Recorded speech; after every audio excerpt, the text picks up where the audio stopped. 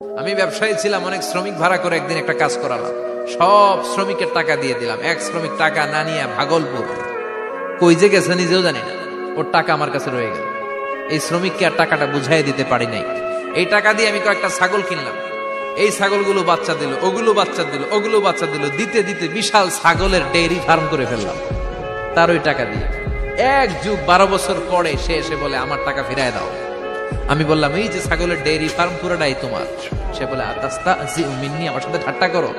আমি পাই সামান্য কয়টা টাকা, এক যুগ আগে যে টাকা পাইতাম ওইটা দিলেই চলবে। আমি বললাম ও শ্রমিক, তোমার টাকা দিয়ে আমি ছাগল কিনে ব্যবসা করেছি, ছাগল বাচ্চা দিয়েছে, বাড়তে বাড়তে বাড়তে বাড়তে আজকের বিশাল এই ডেইরি ফার্ম। এই ডেইরি ফার্মের মালিক আমি নই, তুমি নিয়ে যাও। বলার সাথে সাথে শ্রমিক আনন্দে নাচতে নাচতে ডেইরি ফার্ম নিয়ে যায়। ও আল্লাহ, ওই দিন যদি সে যতটুকু টাকা পাওনা ছিল অতটুকু দিলেই সে খুশি হয়ে যেত। শুধু তোমার খুশির জন্য পুরো ডেইরি ফার্ম আমি তারে দিয়ে দিয়েছিলাম। আল্লাহু আকবার।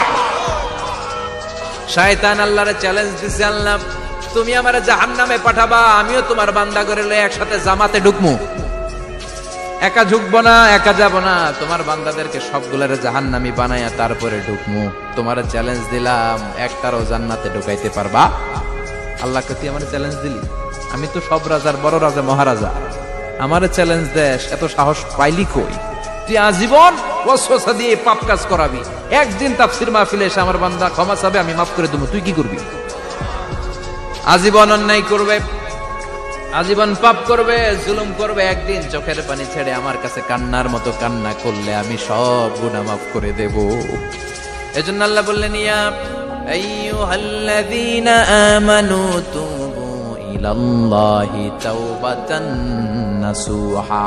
ভুল করেছো, তওবা করো, মাফ করবে কে?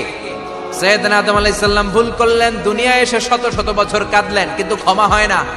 আল্লাহরে বললেন, আল্লাহ কি করলে ক্ষমা পাবো বলো? ফাতালাক্কা আদামু মির রাব্বিহি কালিমাতিন ফাতাবা আলাইহি। আল্লাহ বললেন, ও আদম, তোমারে কিছু কালেমা শিখায় দেই, এই কালেমাগুলো দিয়ে আমার কাছে দোয়া করো, ক্ষমা করে দেব। আল্লাহ শিখায় দিলেন, ও আদম, দুই হাত তুলে চোখের পানি ছেড়ে আমার কাছে পড়ো, রব্বানা, পড়েন, রব্বানা যালামনা আনফুসানা ওয়া ইল্লাম তাগফির লানা ওয়া তারহামনা লানাকুনান্না মিনাল খাসিরিন। এটা শিখাই দিয়েছিল আল্লাহ। আল্লাহ, আমি জুলুম করেছি, অন্যায় করেছি, ভুল করেছি, পাপ করেছি, তুমি যদি ক্ষমা না করো, ক্ষমা করার কেউ নাই, ঠিক কি না?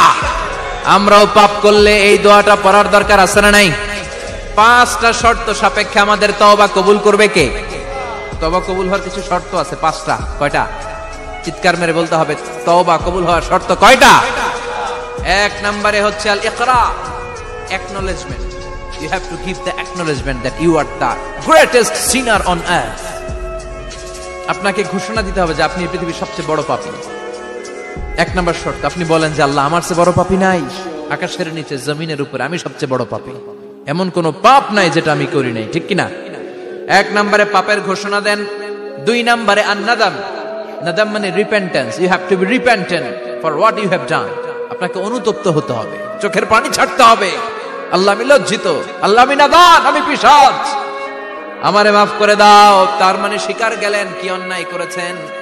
2 নম্বরে আপনি অনুতপ্ত হলেন। 3 নম্বরে স্টপ, যেই পাপ করতেছিলেন ওটা থামান। Stop what you have done, যেটা করতেছিলেন আগে থামান।